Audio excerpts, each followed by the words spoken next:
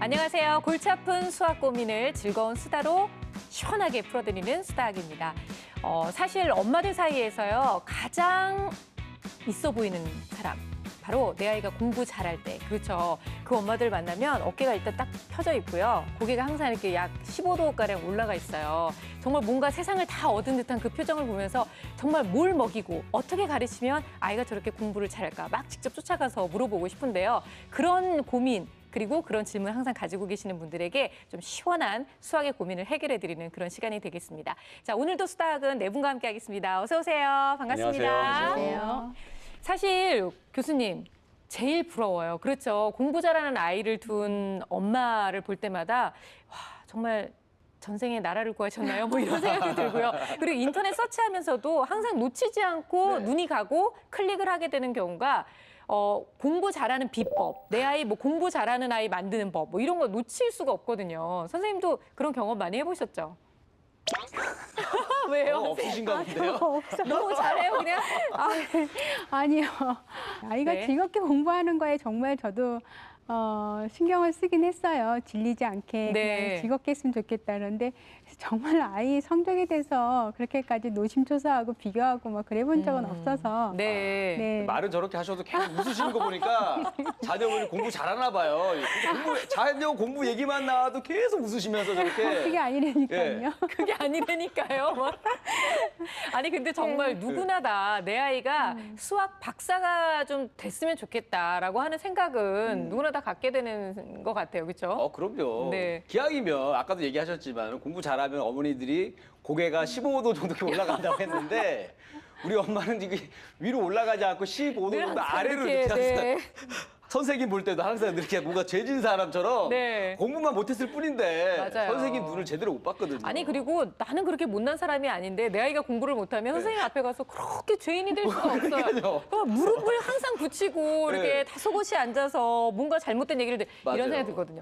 자, 근데 오늘은 네. 우리가 좀 시선을 끌만한 소식으로 한번 얘기를 시작해봤으면 좋겠는데요. 어떤 분께서 준비를 하셨을까요? 네, 교수님. 예. 아까 계속 아이 성적 뭐 그런 얘기를 했는데 초등학교 아이들이 수학 성적을 높이는데 이렇게 손짓, 이런 네. 손 제스처 같은 거를 쓰면서 이렇게 말로 같이 해 나가는 게 굉장히 성적 향상에 도움이 된다고 하네요. 아, 손짓이요? 어떻게 네. 하는 거죠?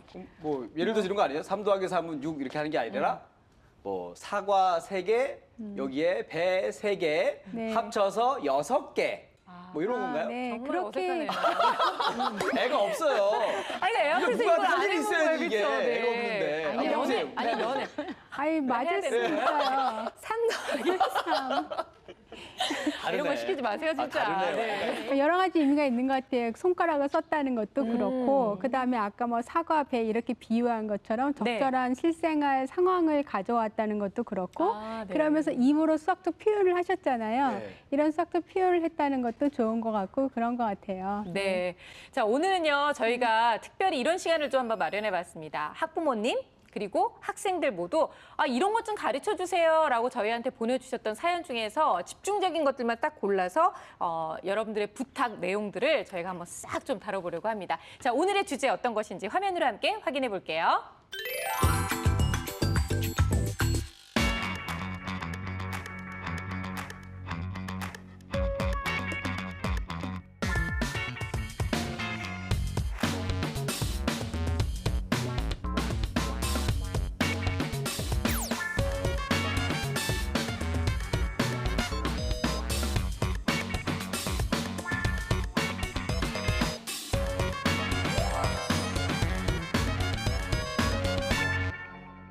오늘의 주제는 바로 이겁니다. 수학 잘하는 아이들의 비결, 비법, 특징을 함께 알아보는 거죠. 네, 이거 간단하겠네요. 왜요? 특징 수학 잘하는 사람들 네. 세 분 계시잖아요. 그렇죠, 그렇죠. 우리 지승현 씨 빼고 네, 나- 세 분의 특징이 무엇인지. 저도 좀 부탁주세요. 아니, 제가 지난주에 너무 네. 솔직하게 아군이라고 했다고 네. 이렇게까지 저를 무시하시는 거예요. 또 잘 못하신다고 그래갖고 또 저랑 동급으로 봤거든요. 네네. 그래서 이게 네 분의 어렸을 적에 특징을 보면 수학 잘하는 어린아이들의 특징을 알 수 있지 않을까. 그 뭐 이런 말이 생각을 되는 것 해봅니다. 같아요. 세 분 선생님들께서는 원래 어려서부터 수학을 잘하셨던지 아니면 좋아하셨던지 이거는 맞잖아요, 그죠? 비법이 혹시 있으셨나요? 다들 굉장히 오늘따라 겸손하게 많이 당황하시는데요. 네, 말씀하기를 꺼려하시는 것 같아요. 저는 제가 수학을 잘한 사람은 아니라고 네. 말씀을 드렸고 분명히 말씀하셨죠. 네, 저는 분명히 얘기를 했고 저희 아이도 잘하지는 않았어요. 근데 교실 현장에서도 아이들을 보면요. 특히 저학년 아이들은 굉장히 꼼꼼하고 스스로 하려고 해요. 왜냐하면 무엇을 하라고 지시를 하면 대부분의 아이들이 아직은 해요? 그렇죠, 네. 쌤 어떻게 해요? 이렇게 해요? 계속 코너마다 묻고 확인을 받으려고 하는데 조금 단련이 되거나 좀 그렇게 적응력 있는 아이는 묻지 않고 혼자 힘으로 스스로 한다. 네, 생각해서. 사실 사고 치는 애들도 스스로 해요. 애들도 아니, 이거 근데 쉬는 저희는 게 아니거든요. 사고력을 얘기하는 거니까. 사고력. 네, 그 사고는 아닌데 네. 그러나 한 번 해가지고 또 실패를 해도 엄마 다음에도 엄마 내가 또 해볼 거야. 또 다른 방법으로 도전을 하고 쉽게 포기하지 않고 좀 끈기가 있는 네. 특성이 있다고 할까요? 좋은 특성 가졌네요. 저는 수학을 잘 했었는데 과거형이네요. 잘 했었는데 항상 반전이세요. 네. 잘했었는데 생각해 보면 계속 이렇게 하는 거였구나. 이렇게 하는 거였구나를 초등학교 때부터 고등학교 때까지 계속 깨닫는 것 같아요. 그러니까 분명히 이거보다 더 좋은 방법이 계속 존재했는 건데 몰랐던 거죠. 네. 그리고 대학 가서도 그 고등학교 때 잘못했구나 이렇게 하는 거구나. 그래서 수학도 분명히 어느 정도는 잘하는 방법이 있다는 거. 네. 그리고 그 방법을 알아간다면 조금 힘든 아이들도 덜 힘들 수 있게 하는 게 이 방송의 목표인 것 같고. 근데 새로운 거를 알아가면서 정말 희열을 느끼시는 그런 건 거죠? 없었어요. 그런 건 없었고. 나는 그런 게 있어야지 말이 되는 거예요. 지금. 많은 사람들이 뭐 공부가 너무 재밌어요, 뭐 네. 쉬워요 그러는데 그렇진 않아요. 그게 그런 정도는 아닌 것 같아요. 제가 아무리 공부 잘하는 애 봐도 그냥 딴 것보다 조금 나은 정도지 그게 뭐 아주 좋아서 공부할 생각만 하면 뭐 가슴이 벌렁벌렁거려 그런 느낌은 없는 것 같고 네. 그냥 그 쟤는 한 30분만 하면 굉장히 힘들어 하는데 한 3시간 해도 힘들긴 힘든데 참을 만큼 힘들다. 그리고 끝났을 때 약간 좀 뭔가 뿌듯함 이런 거지. 성취감, 네. 너무 재밌고 그런 건 아닌 것 같아요. 근데 다른 생각을 많이 잡념이 없고 조금 더 이렇게 시간을 좀 많이 썼을 수 있는 지구력 그렇죠. 그런 건 예. 있었다는 얘기시잖아요. 승부욕은 어때요? 승부욕도 관련 있어요? 그거는 굉장히 중요한 것 같아요. 동기 중에서 보통 3가지 동기를 얘기하거든요. 하나가 이제 경쟁 동기, 그다음에 하나가 이제 학습 동기, 하나 회피 동기 이렇게 얘기해요. 학습 동기는 정말 하고 싶어서 하는 거예요. 네. 그 자체가 너무 좋아. 내가 배우고 싶어서. 네, 그러니까 경쟁이 없어도 하는 거죠. 근데 경쟁 동기는 쟤보단 잘하고 싶어. 내가 아니면 지난번에 90점이었는데 꼭 100점을 맞고 싶어. 이런 게 네. 경쟁 동기고 회피 동기는 지금 내가 싫어. 내 상태가 싫은 거죠. 그러니까 그것도 동기예요. 왜냐하면 그러네요. 회피 동기도 없는 애들이 있거든요. 그래서 동기 중에 경쟁 동기는 그 성과를 올리는데 굉장히 도움이 되는데 좀 안 좋은 점은 그걸로 인해 스트레스가 많이 생겨서 기쁘진 않은 경우가 많아요. 걔를 이겨야겠다 뭐 이런 것 때문에. 맞아요. 네. 교수님. 네, 저도 뭐 동의하고요. 처음에는 어쨌든 뭐 우리가 학교에서나 집에서나 쉽게 할 수 있는 게 이렇게 좀 상대적으로 얘를 이렇게 뭔가 경쟁을 시켜서 이기게 하는 우리 어렸을 때부터 뭐 너 이거 안 먹으면 누구 줄 거야 뭐 이런 식으로 자극을 시키잖아요. 네. 그게 너무 자연스럽게 받아들여지면서 마치 이제 학습을 그런 식으로 하는데 결국은 학습 자체에 흥미를 갖게 하기 위해서는 그거는 이제 한계가 있는 거고 네. 아까 뭐 그 수장님이 새로운 방법을 풀었을 때 막 희열을 느끼고 없었다는데 좀 안타깝고요. 그런 희열을 좀 많이 느꼈으면 네. 수학을 더 크게 되지 그러면 제가 네. 수학자가 됐을 텐데 저는 그래서 그냥 수학을 잘해서 네. 대학을 잘 갔고 네. 그다음부터는 그렇게 수학에 대해서 애착이 많이 없었어요. 저는 이렇게 시험을 잘 치는 애와 수학을 진짜 잘하는 애들이 좀 이렇게 구별됐다고 네. 생각을 했어요. 그러니까 평상시 굉장히 기발한 문제 같은 거에 대해서는 좀 적응이 떨어지는데 시험을 굉장히 잘 치는 애들이 있거든요. 맞아요. 그리고 평상시 진짜 모르는 문제는 정말 많이 생각해내고 정말 기발한 아이디어도 참 많이 내고 그러는데 시험은 막상 그렇게까지 잘 치지 못하는 거 보면 그게 또 항상 일치하는 건 또 아닌 것 네. 같고요. 네. 되게 세 분 말씀을 듣고 보니까 네. 너무 이제 오래된 얘기라서 본인의 비법은 별로 없으신 것 같다는 생각이 남의 얘기나 뭐 어디서 들은 얘기 이런 거 하시는 것 같은데 들어보면서 경험담이 안 나와요. 그렇죠. 네. 자, 그래서 저희가 오늘 이 시간은 또 특별하게 만들어야 되기 때문에 현재 학교에 다니고 있는 좋다. 학생 그리고 중학생, 고등학생들의 이야기를 다 모아서 그들이 얘기하는 진정한 비법에 대해서 저희가 또 얘기를 해보도록 하겠습니다. 맞습니다. 네. 오늘 또 특별히 고등학생까지. 저희가 아무래도 이제 수학을 좀 한번 끌어줘야 되지 않겠습니까? 근데 그 불 끄기에 너무 늦은 거 아닌가요? 그렇지 않아요. 그렇게 하면 우리 방송이 안 돼요. 그러지 그래요? 맙시다. 자, 그러면 첫 번째 순서로 우리 똘똘한 초등학생들의 수학 공부 비법 공개하도록 하겠습니다. 함께 오시죠. 수학을 잘하는 아이들의 비법, 초등학생. 놀아라? 놀아라래요. 놀아라. 이렇게 얘기를 하면 안 되는 거 아닌가요? 그러니까요. 그냥 놀아라라고 놀면 그냥... 우리처럼 되는 거 아니 아니에요? 그렇죠. 너무 우리 놀면? 엄마도 저한테 놀아라라고 했거든요. 네. 놀았습니다. 결과가 이렇게 됐어요. 지금 수능 13점 이건 나왔어요. 정말 아닌데 네. 라고 생각하는데 놀아라. 교수님께서 이 놀아라의 의미가 뭔지 정확하게 짚어주실 거예요. 어떤 의미인가요? 네, 제가 준비해서 좀 적어 왔는데요. 네. 읽어볼게요. 네, 먼저 세어보며 놀아라. 사물의 특징을 가지고 놀아라. 정리해 보면서 놀아라. 대응을 시키며 놀아라. 어림하며 놀아라. 네. 측정해 보면서 놀아라. 뭐 몇 가지 이렇게 정할 수가 있겠네요. 네네. 아니 초등학생들한테는 저희가 뭐 놀이 수학 이런 얘기 많이 하는데 아무래도 그 일상생활에서 직접 뭐 아까 측정하면서 놀아라 이런 거 재보기도 사이즈도 재보기도 네. 하고 실제로 분류도 해보고 이런 거 얘기하는 것 같아요. 우리가 어떤 테이블의 길이를 잴 때 단위를 뭘로 하냐에 따라 달라지잖아요. 그렇죠. 그러면 그거에서 이렇게 카운트도 되지만 사실은 나중에 뭐 배수 개념도 될 수 있고 분수 개념도 될 수 있기 때문에 측정은 되게 중요하고 그다음에 양감 그런 거 있잖아요. 네. 왜 보통 엄마들이 뭐 이만큼 뭐 수박을 어떤 통에 담으면 딱 맞을까 뭐 그런 거 남은 물이나 음식을 이 많은 통 중에 어디가 그렇죠. 맞을까 이런 것도 생각해 보면 굉장히 그것도 약간 양감이거든요. 그런 것부터 시작해서 예를 들어 시간 감각 네. 그래서 뭐 1분이 얼마큼일까 그런 거를 느끼게 하거나 자 오늘 그럼 네가 3시까지 3시 30분 동안 뭘 하면 그럼 몇 시가 되겠어? 이런 식으로 생활에서 어떤 그런 측정 감각을 키우는 건 굉장히 중요한 거죠. 얘기 네. 들어보니까는 그 어렸을 때 엄마랑 같이 이렇게 집안일 많이 도와주는 아이들이 네. 이 수학적 능력이 뛰어날 것 같아요. 그럴 수도 그렇죠. 있죠. 뭐 도와주는 것도 아까 수박 같은 것도 이렇게 네네. 도와주고 또 이렇게 또 아까 그거 뭐 자로 재는 거는 또 세탁소집 아이들이 좀 유리할 것 같아요. 그거는 뭐몇 센치 줄여달라고 맨날 보잖아요, 그거 그죠? 그래서 지금 환경에 따라서 아버님의 네. 직업이 뭐냐에 따라서도 수학 능력이 천차만별이지 않을까. 네. 그런 굉장히 생각이 중요한 건데 중요한 거예요? 중요한 비전문가 얘기를 또 전문가가 아니 지난주부터 맞다고. 굉장히 네. 소가 쥐도 잡기도 하니까 근데 사실은 상식적인 게 사실 맞는 거예요. 왜냐하면 그렇죠. 그 미국에서 쌍둥이 실험을 했는데요. 쌍둥이가 이제 입양을 했어요. 양쪽 집안으로. 둘 다 아이를 굉장히 사랑하는 부모한테 가서 잘 컸는데 그 한 10년이 지났더니 지능 차이가 10에서 20포인트까지 차이가 나더라는 거예요. 와. 비슷했을 텐데 네. 한쪽 집안을 보니까 이런 모습이에요. 야구를 해요. 그런데 야구를 이렇게 가르쳐요. 자, 아빠 하는 대로 공을 이렇게 던져. 그렇게 말고 이렇게. 네. 그래, 그렇게. 이렇게 이런 표현을 써요. 네. 또 한 집안은 공을 던질 때 팔을 90도로 꺾었다가 마지막 던질 때는 수평이 돼야 돼.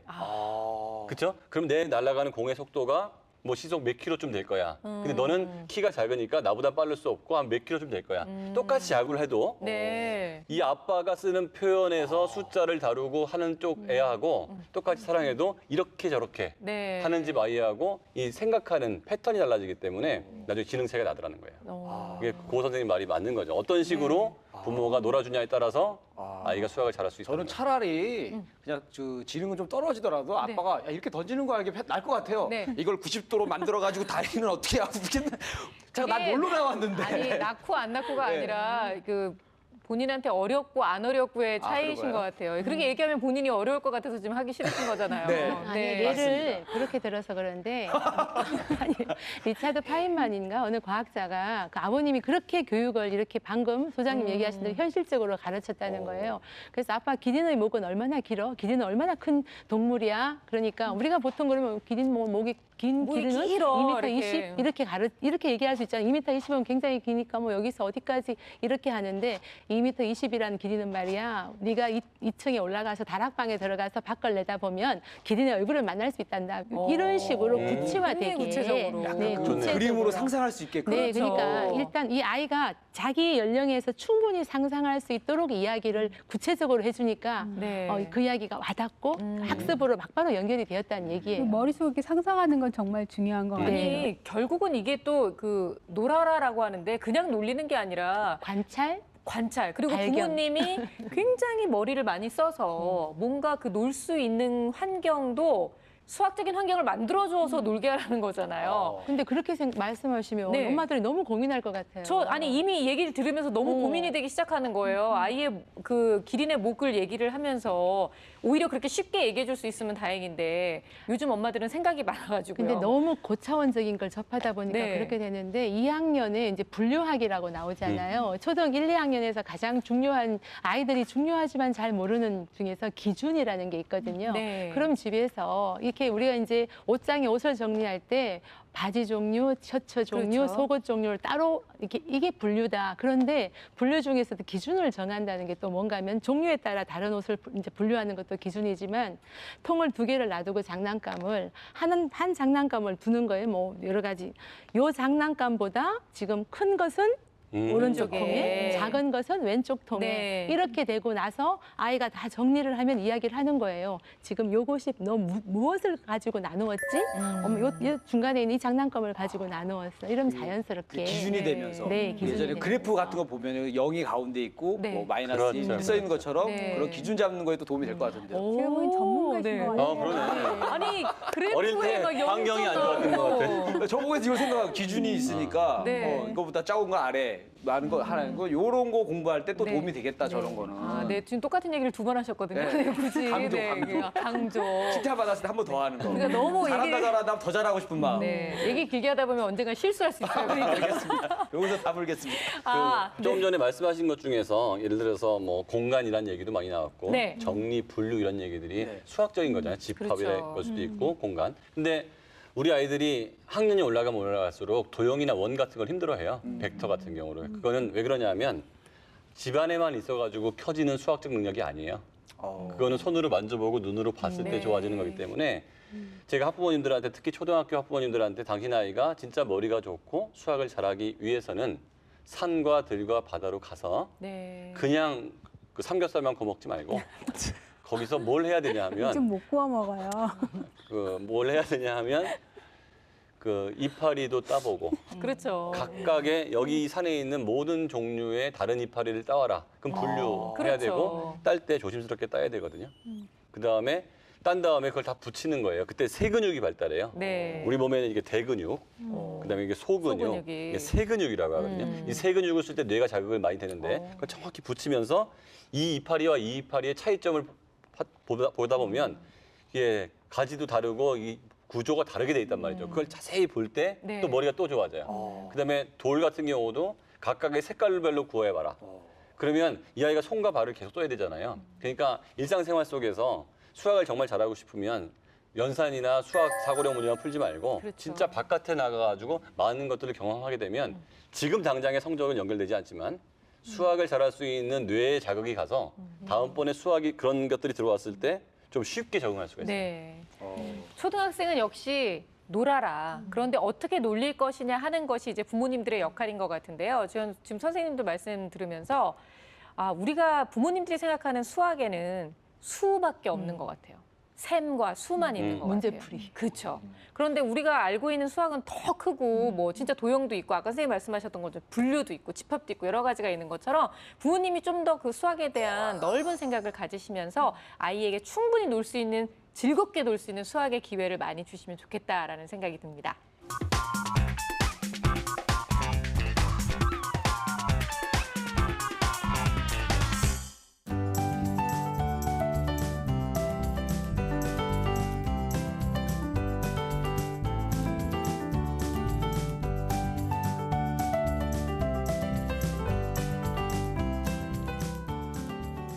네, 오늘 수학에서는요, 학년별로 수학을 잘하는 수학 영재, 수학 천재들의 비법을 알아보고 있는데요. 이번에는 중학생들의 수학 공부 비법 함께 보도록 하겠습니다. 줄여라. 너무 간단한데 잠을 줄여라, 뭐 이런 거 아닐까요? 뭐 잠을 공부해야 줄여라 되니까. 또는 뭐 노는 TV 시간을 시청 줄여라. 시간을 줄여라. 네. 하지만 수학은 꼭 봐라. 그렇죠? 좋아요. 이건 줄이면 안 된다. 네, 네, 네. 역시 프로그램을 꽉 꿰차는 이 능력이 여기서 알고 나오는 거죠. 네, 네. 아니 근데 왠지 그렇게 생각하니까 이 줄여라라는 말이 되게 안쓰럽고 좀 부담스럽게 느껴지기도 하는데요. 이건 어떤 의미가 있을까요? 네, 줄여라로 그 중학생들이 키워드로 잡아서 될 만한 것들을 좀 적어보면은요. 네. 일단은 운동 시간은 느리고 주도적으로 학습하지 않는 시간은 줄여라. 그다음 뭐 낭비되는 문제집 수를 줄여라. 어려운 문제로 좌절하는 시간을 줄여라. 네. 게임이나 휴대폰 사용 시간을 줄여라. 혼자 책을 읽거나 공부할 수 있도록 학원을 줄여라. 시험에 나올 만한 것을 공부하는 습관을 줄여라. 부모님을 위해 억지로 공부하는 시간을 줄여라. 네. 근데 보면 아이들한테 이렇게 줄여라라고 얘기를 하는 것보다는 이건 왠지 부모님의 마음을 좀 변화시켜야 되는 부분이 많은 것 같아요. 사실 중학생만 돼도 대부분 모든 것들을 부모님들이 아직은 결정할 나이잖아요. 근데 여기서 딱 보면 문제집 수를 줄여라, 학원 수를 줄여라 이건 부모님이 동의를 해야지만 가능하지 않을까요? 사실 중학생 애들한테 가장 중요한 거는 이제 스스로 학습을 해보는 거거든요. 직접 해보는 거예요. 네. 이제 그 구경만 하는 게 아니라 스스로 하는 거죠. 근데 제가 굉장히 놀라운 어떤 그 통계 자료가 하나 있는데요. 현재 제가 한번 조사를 해봤어요. 그 전국의 중학교 학생들 그 한 9천 명을 대상으로 조사를 해봤는데 그러니까 뭐 학원이나 학교나 그런 거 다 빼고 스스로 혼자 공부하는 시간이 얼마나 되는가 조사를 해봤는데 전혀 하지 않는다 아니면 일주일에 네. 1시간 이내로 한다가 26.8%, 28%였어요. 많네요. 굉장히 많죠. 그 다음에는 1시간 초과 2시간 미만이 20.7%고요. 그런데 재밌는 거는 오히려 초등학교 애들이 더 높다는 거예요. 그러니까 네. 중학교 애들이 오히려 시간이 없는 거예요. 그러니까 왜 그러냐는 거죠. 그러니까 중학교에서 오히려 뭐 내용도 어려워지고 할 게 많다고 해서 아이들이 인강이나 학원 강의는 더 많이 공부를 하는데 그런 공부 시간은 더 늘어났는데 혼자서 스스로 하는 공부 시간은 굉장히 줄어든 거죠. 이렇게 혼자서 공부하는 시간이 오히려 초등보다 더 줄었다는 것은 굉장히 좀 문제가 있고 그래서 이렇게 스스로 공부하는 시간, 자기주도 학습 시간을 더 늘리는 것이 네. 중요한 거죠. 근데 요즘은 뭐 공부의 트렌드가 사실은 자기주도 학습을 해라라고 말만 하는 거지 사실은 자기주도 학습을 할 수 있는 환경을 전혀 만들어주지 않는다고 봐도 자기주도 과언이 아닌 학습이 것 꼭 같아요. 학원을 다니지 말라는 뜻하고는 좀 다른 다르죠. 건데 네. 필요한 만큼 다녀야 되는데 과도하게 다니는 것. 그다음에 요즘 아이들 보면 공부는 안 하고 공부 비평을 많이 하는 것 같아요. 그냥 비평만 애들이요? 하는 건데 학부모들도 마찬가지인 게 이 전체 교재 중에서 이 교재가 이 교재보다 좋은 점이 뭐고 맞아요. 네. A 인강, B 인강, C 인강 다 비교해 봤을 때 어느 선생님이 제일 잘 가르치고 맞아요. 어느 학원 A 학원, B 학원 중에서 B 학원에 어느 선생님이 잘 가르치고 이걸 너무 많이 알아요. 네. 근데 공부는 하지 않는 거예요. 그러니까 자기가 수영을 하든 뭐 야구를 하든 뭐 그림을 그리든 네. 직접 그리는 행동을 하지 않고 남들이 그려놓은 거에 대한 비평만 하는 거죠. 왜냐하면 아이가 거기에 풍덩 빠져들지 못하고 있기 때문에 네. 그러면 수학을 잘한다는 건 불가능해질 것 같아요. 그리고 저는 좀 약간 감동적이었던 게 좌절하는 시간을 줄여라. 그만큼 이제 성공 경험을 좀 많이 쌓아주라는 게 참 중요한데 근데 다 줄여라 하다 보니까 진짜 확 줄이실까 봐 좀 걱정이 되는데요. 거기서 이제 공부하는 시간 같은 건 줄이면 안 되는 거 아니에요, 선생님? 그렇죠. 공부하는 시간은 뭐 가져야 될 것 같은데 그 시간에 집중력이 중요하거든요. 네. 또 하나는 문제집 수를 줄여라라고 하는데 옆에 있는 아이가 5건을 푼다고 해서 내가 5건을 풀 수 있는 게 아니고 그렇죠. 내가 나의 수준에 맞는 꼭 풀어야 될 문제집이 있어요. 그거를 먼저 풀고 시간이 남을 때 다른 걸 풀어야 되는 게 5건의 문제집이 상당히 문제가 겹칠 경우가 많아서 그 문제를 푸는 동안에 지적인 만족감은 생길지 모르겠지만 수학 실력이 반드시 오르진 않습니다. 네. 그러니까 결국은 이런 것 같아요. 줄이긴 줄이는데 무엇을 어떻게 효율적으로 줄이느냐에 대해서 좀 집중을 하시고 너무나 많은 것을 막 쏟아붓는 것보다는 효율적으로 네. 그리고 경제적으로 생각해서 좀 좋은 방법을 찾아가시는 게 좋겠다. 이렇게 근데 정리를 하면 하나만 딱 아, 더 네. 얘기를 하면 그게 뭐냐면 마무리가 안 됐네요. 네. 마무리가 안 되는데 그게 뭐냐면 줄이긴 줄이는데 절대 줄여서 안 되는 게 하나 있어요. 수학에 있어서 네. 잠이에요.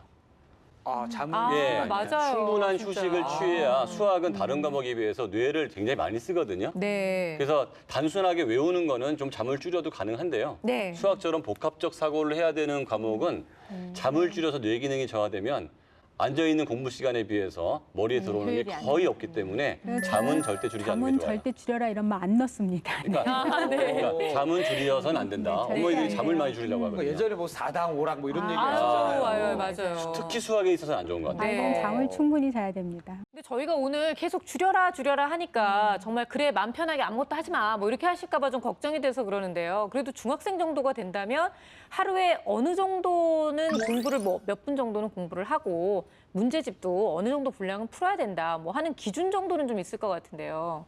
이 아이가 얼만큼 해야 되느냐는 항상 내 능력보다 조금 잘하는 애가 있을 거예요. 내가 반에서 10등이면 네. 7, 8, 9등 정도한테 물어보는 거죠. 너는 뭐 어느 책으로 공부하냐? 너는 몇 시간 하냐? 그러니까 1등한테 물어보면 안 돼요.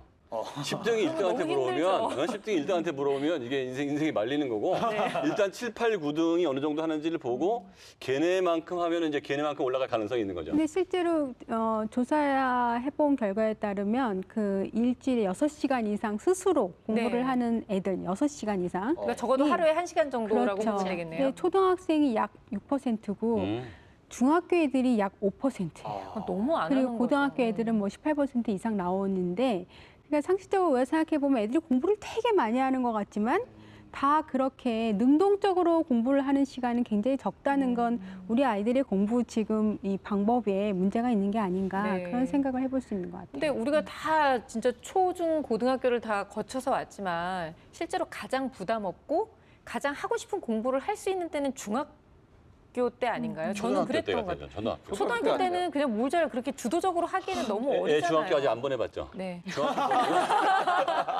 중학교 보내면 네. 수행평가에 중간고사, 해야 될게 기말고사에 뭐 할 게 너무 많아서 많구나. 방학 이외에는 자기 할 게 별로 없는데 아, 방학 때는 또 그래요? 괴상한 그 집중학습을 하기 때문에 초등학생 때가 네. 그나마 자기 개발할 시간이 제일 많은 것 같아요. 아니 그러면 정말 중학생 아이들이 바쁘다 바빠를 입에 달고 살아야 되고 정말 자기가 뭔가를 능동적으로 할 수 없는 시간이 이렇게 많다는 사실 게 고등학생은 별로 안 바빠요.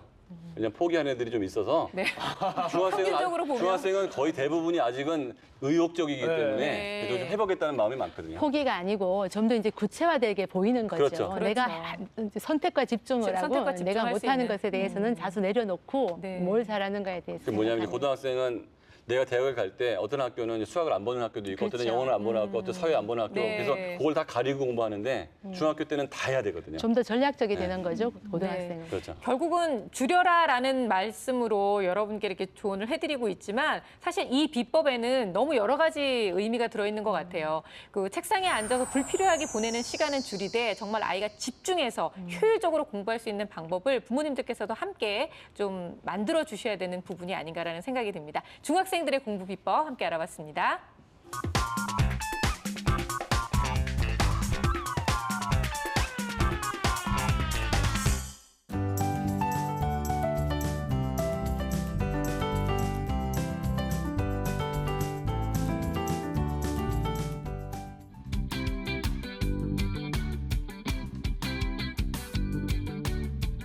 사물의 특징을 가지고 놀아라, 정리해 보면서 놀아라, 대응을 시키며 놀아라, 많은 것들을 경험하게 되면 수학을 잘할 수 있는 뇌의 자극이 가서 낭비되는 문제집 수를 줄여라, 어려운 문제로 좌절하는 시간을 줄여라, 아이에 대한 그 과도한 이렇게 간섭이나 잔소리도 좀 줄이시고.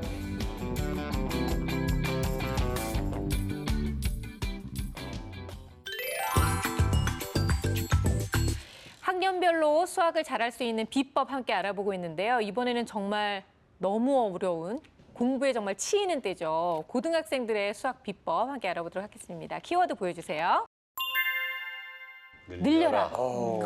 이거는 뭐 공부하는 시간 늘려라 이거네요. 그러니까 뻔할 것 같아요. 공부하는 시간 늘려라. 늘려라. 또 뭐가 있을까요? 뭐, 그다음에 학원 가는 시간 늘려라. 슬프다. 교육 방송 보는 시간 늘려라. 네, 인강 시간 늘려라. 뭐 이런 거 이런 거 아닐까요? 같아. 네. 어떤 거 같으세요? 뭐, 네. 일단 공부 시간 늘려라는 맞을 수 있겠죠. 그러니까 네. 공부하는데 집중 시간은 늘려라 이런 게 있고요. 그다음에 좀 반복하는 시간은 늘려라.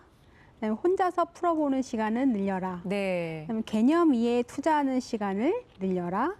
교과서로 공부를 하는 시간을 늘려라. 학습 동기에 대해 생각해 보는 시간을 늘려라. 풀이 과정 정리하는 시간을 늘려라. 자기 점검 시간을 늘려라. 그다음 자신의 공부 전략에 대한 효과성에 대해서 점검해 보는 시간을 늘려라. 그다음 짜투리 시간을 점검하고 이 시간을 활용하는 학습을 늘려라. 네. 뭐 이런 저런 의미로 대답한 게 아닐까 싶어요. 이게 거의 공부 전략이네요. 그러니까 어떤 입시에 딱 맞춰서 이제 최종적인 마무리 점검 뭐 이런 느낌이 좀 많이 드는데 그 중에서 가장 자기 점검하는 시간을 늘려라. 이거는 굉장히 의미 있는 얘기인 것 같아요. 그 고등학생도 되면은 이제 목표 지향적인 학습을 해야 되기 때문에 비목표적인 거나 자기한테 맞지 않는 거는 줄이고 그렇죠. 자기한테 필요한 것들을 늘리는 시간이 필요한 거 맞겠죠. 그럼 자기 점검을 한다는 것은 어떤 시간, 그러니까 주로 구체적으로 얘기하면 어떤 게 좀 필요한 아주 걸까요? 간단한 거예요. 예를 들어서 제가 이제 고등학생들하고 이제 같이 있다 보면 너 어저께 몇 시간 공부했니? 이렇게 물어봐요. 3시간 했어요. 그럼 3시간 동안 뭐 했니? 수학 문제 100문제 풀었어요. 자, 몇 개 틀렸니? 10개 틀렸어요. 자, 이 아이가 과연 3시간 공부한 거예요? 아니죠. 아는 문제 90문제를 풀었을 때까지 공부한 게 아니잖아요, 거의. 그렇죠. 모르는 10문제를 네. 해야 공부를 진짜 하는 공부는 거죠. 이 10문제를 다음번에 안 틀리게 하는 게 공부인데 아이들은 공부를 하는 그 시간, 공부를 준비한 시간을 공부했다고 생각하는 거예요. 즉 다시 말하면 이 10문제를 제대로 공부를 해서 아까 고 선생님이 얘기할 때도 그 개념이든 이해든 충분히 되면은 다음번에 10문제가 나왔을 때 한 3문제 틀리고 7문제 맞출 텐데 많은 학생들이 시간만 할애하면 공부라고 생각하는 거죠. 네. 고등학교 때는 그래서는 성적이 안 올라요. 궁금한 거 중에 학교 다닐 때 보면은 이렇게 선생님 뭐 써주잖아요. 그러면은 볼펜으로 이렇게 막 예쁘게 막 색깔별로 네. 막 이렇게 정리하는 친구가 있어요. 그리고 어떤 애는 그냥 보고서 적지도 않고 그냥 듣기만 하는 애가 있거든요. 근데 보면은 듣기만 하는 애가 성적은 더 잘 나오는 거가 많았거든요. 그거는 케이스 바이 케이스인데 그렇죠. 청각적 사람마다 학습자, 다, 청각적 학습자들은 들어야 이해가 되고요. 시각적 학습자들은 또 예쁘게 칠해야 이해가 되는데 나한테 그 방법이 맞으면 쓰면 돼요. 그러니까 어느 게 옳고 그름은 없고 단지 쓰느라고 너무 시간을 많이 써서 네. 공부를 못하는 경우는 의외로 많습니다. 아니, 선호 제가 학습 그랬었어요. 유형에 네. 따라서 학습 유형이 있어요. 선호 학습 유형이. 네. 청각적, 근데 시각형, 청각형, 아. 감각형이 있기 때문에 이제 선생님들이나 부모님들은 아시면 도움이 되죠. 네. 우리 아이가 어떤 유형인가. 그렇죠. 저는 정말로 그런데 네. 공부를 할 때 책을 이렇게 보잖아요. 눈으로 보면 쏙쏙 안 들어와요. 그렇죠. 저는 제가 제 입으로 읽어야 들어와요, 머릿속에. 그런데 고등학교 때 그런 친구가 있었어요. 옆에서 색깔 본펜으로 이렇게 해야 되는데 같이 하자는 거예요. 같이 하는 동안 저는 정말 공부도 안 되고 시간 낭비예요. 근데 하다 보니까 뭐 막 그 뭐 한 10가지 색깔 네, 볼펜 있는 거 돌려가면서, 하면서 막 이렇게 하는데 얘는 성적이 잘 나오는데 저는 안 나와요. 그러니까 우리 아이가 청각형인지 시각형인지 보는 제일 좋은 방법은 들은 걸 오래 기억하는지 본 걸 오래 기억하는지 보면 돼요. 아, 그걸 좀 테스트 해봐도 네, 좋겠네요. 얘가 본 걸 오래 기억하는 애가 있고요. 들은 걸 오래 기억하는 애가 있어요. 물론 둘 다 잘하는 애는 초등에서 팁을 드리면 네. 아이가 부모님한테 와서 이제 보통 보면 일러준다고 하잖아요. 네. 어떤 이야기를 할 때 본 것을 이야기해요. 엄마 내가 여기 앉아 있었는데 걔가 와가지고 뭐 이렇게 본 듯이. 그런데 소리를 얘기해. 엄마 걔가 내 욕을 했어. 그렇죠. 걔가 나를 뭐라고 놀렸어. 이런 아, 아이가 좋네. 네 그렇게 되고 그다음에 감각형은요. 엄마가 물어주면 얘기 못하고 헉헉거리면서 막 이렇게 먼저 가슴으로 안아줘야 되는 아이가 있어요. 네. 감정이 막 북받쳐가지고 그런 아이는 사실은 감각형이 더 우선될 이제 근데 보통 경우가 엄마들은 있죠. 이런 얘기를 애가 하면 네. 아 그랬구나 너는 이런 거 얘기 잘하는 거 보니까 청각형이 누가 이러겠어요. 누가 너 놀렸어. 걔 가서 학교 찾아가지고 걔 혼내고 이거 바쁘지. 어머 너는 청각형이네 이러지 않는다는 거잖아요. 방송이 무슨 그러니까 애야? 청각형이네 이러겠어. 이 얘기를 듣고 이제 배우시라는 거죠. 정말 얘기를 하다 보니까 빨리 결혼을 시켜가지고 애를 좀 키워보게 하고 싶네요. 네. 아, 네. 오늘 저희가 이렇게 얘기를 나누면서 고등학생들 같은 경우에 늘려라 이렇게 얘기를 말씀을 드렸는데 사실 방학 때가 가장 공부하는 시간을 늘릴 수 있는 절호의 찬스라고 많이들 얘기하시잖아요. 네, 학교 맞아요. 다니면서는 뭐 학교 다녀, 학원 다녀 그러다 보니까 그냥 아이들이 그냥 거의 끌려다니다시피 주도적인 건 못하는데 방학 그래서 이렇게 전단지 같은 거 보면 뭐 가장 중요한 고등학교 1학년 여름방학 어떻게 보내실 건가요? 뭐 이런 거 이렇게 막 받아볼 때 이때 공부하는 시간을 좀 어떻게 늘려주는 게 중요하지 않을까라는 생각이 좀 들었어요. 제 경험을 좀 한번 얘기하고 싶은데요. 제가 중3 때까지 공부를 정말 많이 했어요. 학원도 네. 다니고. 근데 중3 때 학원이 없어지면서 정말 누구나처럼 놀았습니다. 근데 중3 때 공부한 것 같고 고등학교 1학년까지 갔는데 2학년 1학기가 되니까 이제 공포증이 생기기 시작하면서 자신이 있던 수학이 자신이 없는 과목으로 바뀌었어요. 그러면 여름방학이 딱 됐는데 지금하고 똑같은 상황이죠. 그래서 방학 때 어떤 시도를 했냐면 정말 다른 과목을 다 포기했어요. 왜냐하면 이것 찔끔 저것 찔끔 하지 말고 아침 8시부터 밤 8시까지 수학만. 네, 밥 두 끼 먹으니까 10시간을 수학만 하자. 그래서 정말로 연습 문제를 풀 때는 거의 외우다시피 풀었고 그다음에 앞에 정의도 외우고 정말로 하루 종일 수학을 하다 보니까 한 달을 그 짓을 하니까 한 책 한 권이 딱 떨어지면서 감이 팍 오는 거예요. 아, 이거였구나. 그래서 학생들이 그 한 번의 감을 이번 여름방학 때 수학을 극복을 못하는 학생이 있다면 네. 집중학습을 한번 해보십시오. 그럼 선생님은 그거를 학원을 가셨어요? 혼자 아니면 했죠. 혼자? 근데 그 수학에 올인을 하신 집중학습이라고 뭐 표현을 하시기도 했는데 요즘 아이들이요. 어떤 아이들의 특성이 굉장히 잘하는 아이들도 자기가 배우지 않은 거, 푸는 거를 배우지 않은 문제에 대해서는 못 푼다고 생각을 해요. 그래서 도전을 안 하거든요. 그래서 수학은 정말 자기가 어렵고 못 푼다고 생각하는 문항을 풀어냈을 때 이렇게 급 발전할 그렇죠. 수가 있어요. 예. 그래서 이렇게 고등학교 1학년 여름방학이라면 정말 권해드리고 싶은 방법은 한 4문제 정도를 한 4시간 동안 딱 그것만 집중을 해보는 거예요. 풀든 못 풀든 아무튼 거기에 최선을 다해서 그 문항에 몰입하는 시간을 좀 가져서 그거를 한 일주일에 한 최소한 2-3번은 그런 경험을 갖는다면 네. 그러니까 내가 배우지 않은 문항이라도 내 스스로 해결해 나가는 그런 경험을 하고 나면 수학은 이렇게 발전하지 않고요. 이렇게 그렇죠. 이렇게 계단식으로, 어느 단계식으로. 순간. 그럼 그런 경험을 하면서 이제 급 발전하게 돼요. 근데 네. 나중에 가면 초조해서 그 시간을 못 빼요. 그렇죠. 예. 자꾸 더 많은 문항을 지식처럼 막 이렇게 습득하려고만 하거든요. 그래서 자기가 정말 온전하게 배우지 않고 내 스스로 몰입하는 시간을 꼭 가져주십사. 네. 잘 풀리는 데는 어느 정도 문제를 풀어야지 그게 임계점 같이 그 되는 그 탁 터지는 부분이 있거든요. 네. 근데 저는 제가 부끄럽게도 그걸 견디질 못했던 것 같아요. 그때 어느 정도까지 아까 말씀하듯이 이게 완만하게 올라가는 게 아니고 제가 못 견디겠는 거예요. 어느 순간을. 근데 그까지는 본인이 반드시 한번 한 집중을 번쯤, 해서 네. 특히 방학이라는 좋은 기간이 있으니까 한번 해봐라. 네. 그렇다면 그- 고등학생이라면 정말 고등학교 1학년 여름방학을 놓치지 말고 그 기... 2학년까지도 괜찮죠. 괜찮죠. 여기서 팁이 뭐냐면 네. 국어도 해야 되고 영어도 해야 되고 수학도 해야 되고잖아요. 네. 과감히 2과목을 포기하고 한 과목에 집중하는 게 맞을 수 있다는 한번 거예요. 해봐라. 네, 그러니까 한번 이 도전해 아이가 보면. 영어가 안 된다면 영어에 집중을 해보고 네. 수학이 안 된다면 수학에 집중을 해보는 거죠. 일단은 저희가 이제 고등학생들 같은 경우에는 지금 당장 진짜 수업량 그리고 공부하는 그 양을 늘려야 되는 그 시기이기 때문에 이렇게 늘려라라는 말이 더 크게 좀 다가오는 것 같긴 한데요. 저희 방송 이제 마무리를 하면서 선생님들께서 우등생들의 비법 말고 정말 평범하고 오히려 좀 더 많은 수학의 공부량이 좀 필요한 학생들을 위해서 다른 또 비법들이 있다면 공부를 또 열심히 할 수 있는 방법들이 있다면 좀 한 말씀씩 좀 해주시면 좋을 것 같아요. 고등학생쯤 되면 자기가 알아요.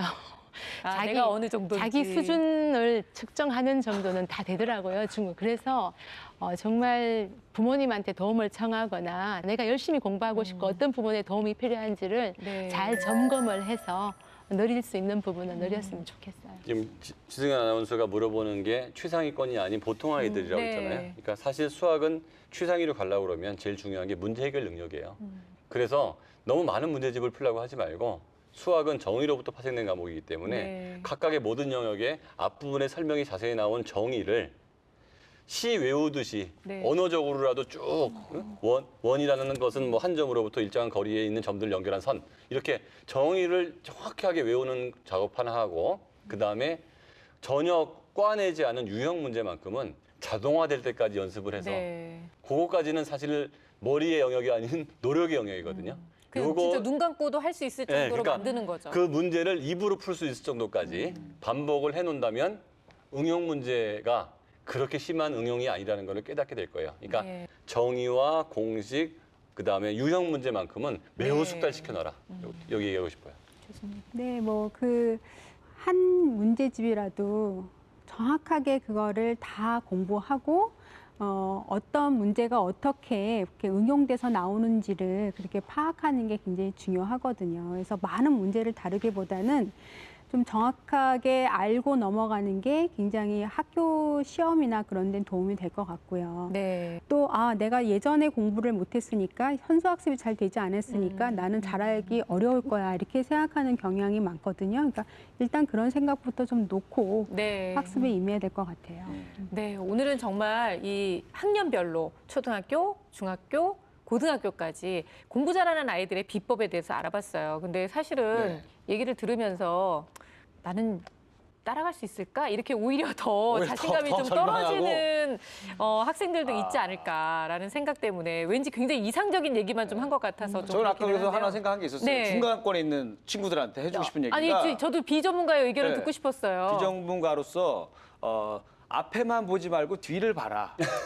네 앞에 공부 잘하는 애들만 보지 말고 네 뒤에 서 있는 애들. 뒤가 아무도 없으면 어떡해요. 아니 중간권이라고 네, 했으니까. 네, 중간권이니까. 나의 성적 70점도 부러워하는 애들을 보면서 자신감 있게 조금 더 열심히 해라. 그래요. 너무 100점짜리만 보고 하면 기가 죽으니까 네. 그냥 어느 정도 위로하면서 해라 맞죠. 스스로. 아니 근데 좋은 얘기인 것 같아요. 자기 저는. 격려를 해야 될 것 맞아요. 같아요. 15등이 13등 되면 그만큼 더 올라간 거죠. 발전한 거죠. 네. 1등을 맞아요. 제가 보지 말라는 거 아니에요. 네네. 한 칸 한 칸 올라가야 되는 거고 제가 보경 비전문가인데 또 전문가가 또 인정해 주는 네, 거 아니에요? 안 인정해줍니다. 고 교수님이 아까 뭐 늘 강조하시는 게 정말 수학자의 수학이 아닌 그냥 수능이나 학교 수업 정도의 시험 정도의 수학은 천재성이 필요하지 않아요. 네네. 그래서 전 세계에서 금메달 1등 따자는 거면은 반복으로 천재를 못 이겨요. 네. 하지만 입시 정도의 수학이나 학교 시험 정도의 수학은 반복이 천재력입니다. 네.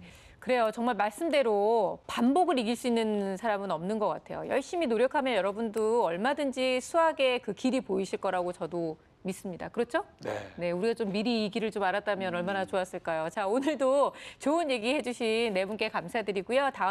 다음 시간에 더욱더 좋은 얘기로 또 뵙겠습니다. 감사합니다. 감사합니다. 고맙습니다. 애쓰셨어요. 고맙습니다. 애쓰셨습니다. 고맙습니다.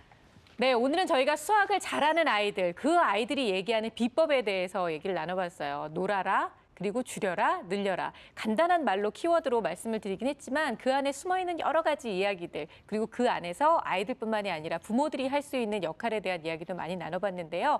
저희가 함께 나눴던 이야기들을 실생활에서 실천하시면서 내 아이를 수학의 즐거운 길로 이끌어주시는 그런 한 주가 되시길 바라겠습니다.